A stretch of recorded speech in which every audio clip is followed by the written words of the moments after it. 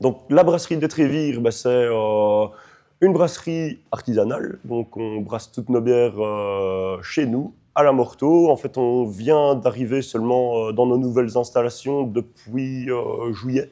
Donc c'est vraiment, ça démarre, on a pris l'installation en main maintenant. Et donc la brasserie des Trévires, on brasse par 20 hectos. Donc c'est quand même déjà une installation assez bien en place, j'ai une grosse insta. Mais on reste malgré tout artisanaux, donc on produit tout sur place avec des matières premières on essaye d'aller chercher au plus local possible. On travaille notamment avec les houblons Made in Liège de Nicolas Dormal. Et donc on essaye vraiment de mettre ça en avant. Pour faire simple, on brasse deux marques différentes chez nous, donc la Faucheuse et la Recevresse. La Recevresse, c'est plutôt des bières de type internationaux, donc on a une IPA, une blonde au cognac et un Imperial Stout.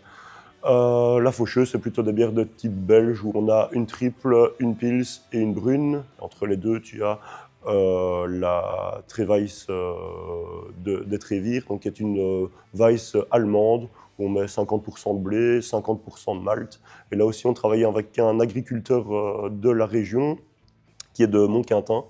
Donc on utilise du blé cru ici, donc ça renforce un peu le goût céréal aussi. Donc voilà, on essaie vraiment de mettre ça en avant. On va tout doucement essayer aussi de relaver nos bouteilles en mettant du coup une laveuse qu'on a déjà, mais il faut un petit peu de temps pour que ça se mette en place. On a d'abord démarré l'installation et ensuite on lavera nos bouteilles. Et donc voilà, on a vraiment cette démarche au plus écologique possible si on veut, tout en sachant quand même que voilà, on a un impact malgré tout sur l'environnement parce que voilà, il y a beaucoup d'énergie pour faire une brasserie. Nous, on a mis une chaudière aussi au bois. Donc, on travaille à la vapeur maintenant. Pourquoi le bois? Parce que c'est une énergie renouvelable, facile à produire pour nous. On va faire notre bois nous-mêmes, donc on va dans des bois Amex notamment. Et, euh, et c'est pas cher, malgré tout, voilà.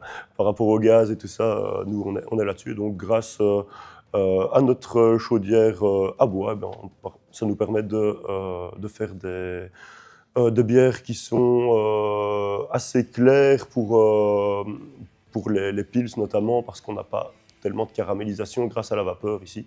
Et puis, voilà, ça se retrouve sur nos bières aussi. C'est une petite subtilité qu'on a chez nous.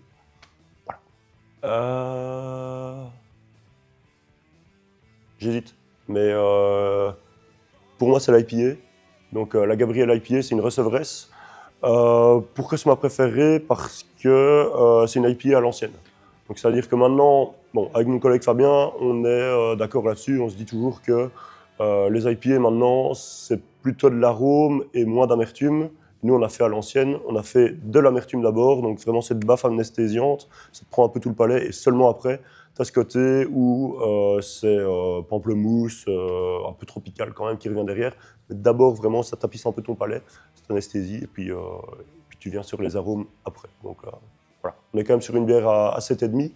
Il fallait mettre ce pourcentage d'alcool-là parce que, pour contrebalancer vraiment cette amertume qui est fort prédominante.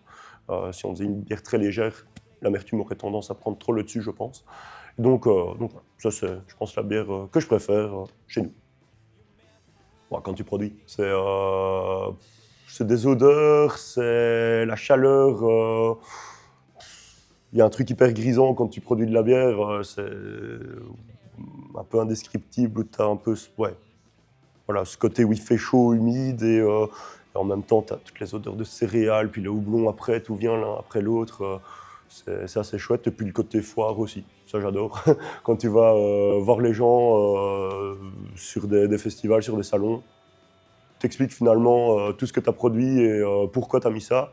Et c'est ça l'avantage quand tu vas sur les foires ou tes brasseurs, c'est que tu sais ce que tu as mis dedans et tu connais ton produit. Donc tu arrives mieux à vendre finalement ton produit, je trouve en tout cas. Et c'est chouette d'avoir les retours des gens qui soient constructifs. Parfois ils te disent, bah voilà, moi j'aime pas du tout, c'est pas mon truc. Bah ok, c'est trop amer ou c'est trop pas assez balancé ou c'est pas bon, bah voilà, faut le dire. Et tu essayes de trouver pour changer, pour faire quelque chose. Ou alors tu dis justement, bah ouais, c'est un parti pris. Moi j'ai fait une IPA hyper amère, bah voilà. Désolé si elle plaît pas, mais c'est ça. Ouais, je crois que c'est un peu le côté nettoyage quand même. Ça, en brasserie, une grosse partie du temps, voilà, tu passes du temps à faire un brassin, tu dois rester encore le soir pour essayer de te dire, allez, merde, je vais repasser tout mon échangeur à plat que je renettoie, parce que autrement, bah, c'est le bordel le lendemain. Ouais, au final, on passe quand même beaucoup de temps à nettoyer. Ça, je pense que c'est un peu pour tout le monde, et c'est une partie il faut la faire, parce que si t'es pas régulier là-dedans, bah, d'office, t'as des problèmes. Mais ouais, c'est un truc qui prend du temps et qui est pas spécialement le plus marrant. Ouais. Ouais, si. Je crois la première fois où j'ai brassé tout seul, c'était il n'y a pas si longtemps, du coup, parce que moi je suis arrivé à la brasserie des Trévires il y a à peu près un an. Et du coup, Fabien m'avait laissé tout seul pour brasser de la High Hops. C'était de la Pils. J'avais jamais brassé, même avec lui, cette bière-là. Et il m'avait envoyé la recette de 2020. Trop sympa, merci Fabien, cool. Donc je vois des trucs avec du houblon, Mittelfru, du Magnum, et je me dis, on n'a pas ça dans le frigo. Je fais quoi? Évidemment, Fabien étant injoignable, bah voilà, j'ai un peu pris mon courage. Je me suis dit, bah, tiens, je pense qu'il avait plutôt mis du Sas, je crois qu'il a mis du Columbus. On a essayé de trouver, puis on m'a dit, bon, c'est ça, cool. Ok, mais sur le coup, je me suis dit, allez, merde, quoi. Je suis en plein début, je sais pas ce que je vais faire, je sais pas comment amériser ma bière, je sais pas ce que je vais mettre, mais je vais essayer ça. Et il m'a dit, ouais, c'était ça, cool. Voilà, fallait oser. Bah, après, il y a quand même, moi j'aime bien tout ce qui est un peu gueusé aussi. Donc, c'est pas ma dernière claque brassicole, mais quand j'ai rencontré ce truc-là, je me suis dit, waouh, ok, ça c'est très bon. Les gueuses de chez Beaune, moi j'aime vraiment ce style de choses. C'est vraiment équilibré, je trouve, entre trop d'acidité et pas assez pour certaines gueuses. Lui, c'est vraiment ce que j'aime bien. Sinon, brasserie de Blogy. Ça, leur stout où ils mettent du café dedans, c'est tuerie, trop bon. Westmalle, double, la double. La double. Ce petit arôme de poire qui revient derrière, tout le monde l'a pas, je trouve, mais moi c'est ce qui vient quand je bois une Westmalle double. Waouh, ça, tu fais des boulets liégeois avec ça, c'est trop bon. Ouais, plutôt acide quand même. Moi j'aime bien, ouais, comme j'ai dit, les gueuses, tout ça, ça c'est vraiment mon petit délire. Donc ouais, je connaissais pas tellement, et c'est grâce à Fabien, parce que je connaissais pas du tout, enfin j'allais pas vraiment là-dessus à la base. Et il m'a fait découvrir bah, ouais, les gueuses. Et j'ai dit, wow, ok, c'est trop bon, j'aime trop ça. Ah bah, chez nous, on fait tout en bouteille pour l'instant. Donc, j'ai l'habitude de boire des bières en bouteille. Le belge, je trouvais un peu réfractaire à la canette, mais si tu vas dans les autres pays, aux Pays-Bas, en Allemagne, en Italie, tout ça, on monte à la canette tout doucement. Il y a encore un peu ce côté où ouais, boire une bière canette, c'est encore un peu mal vu. Il suffit de la servir et c'est mieux. Et les arômes se conservent mieux, il n'y a rien à faire. La canette, il faut qu'on y arrive tout doucement. Nous, on va essayer de passer sur la canette pour l'IPA. Les arômes houblon et tout ça restent beaucoup mieux, ça se conserve mieux qu'en bouteille. Donc on va essayer de passer là-dessus pour une petite production, on gardera quand même les bouteilles. Sur la blanche, pareil. Et voilà, peut-être une nouvelle recette qu'on va essayer de développer aussi pour les canettes uniquement. Donc ouais, moi j'aime bien l'idée canette, même si certains ne sont pas pour. Je trouve que c'est pas mal pour conserver les arômes. La Carache, je sais plus en boire. Ça me dégoûte. La lèvre, c'est trop sucré, du coup, je saurais pas très pour. Non, non.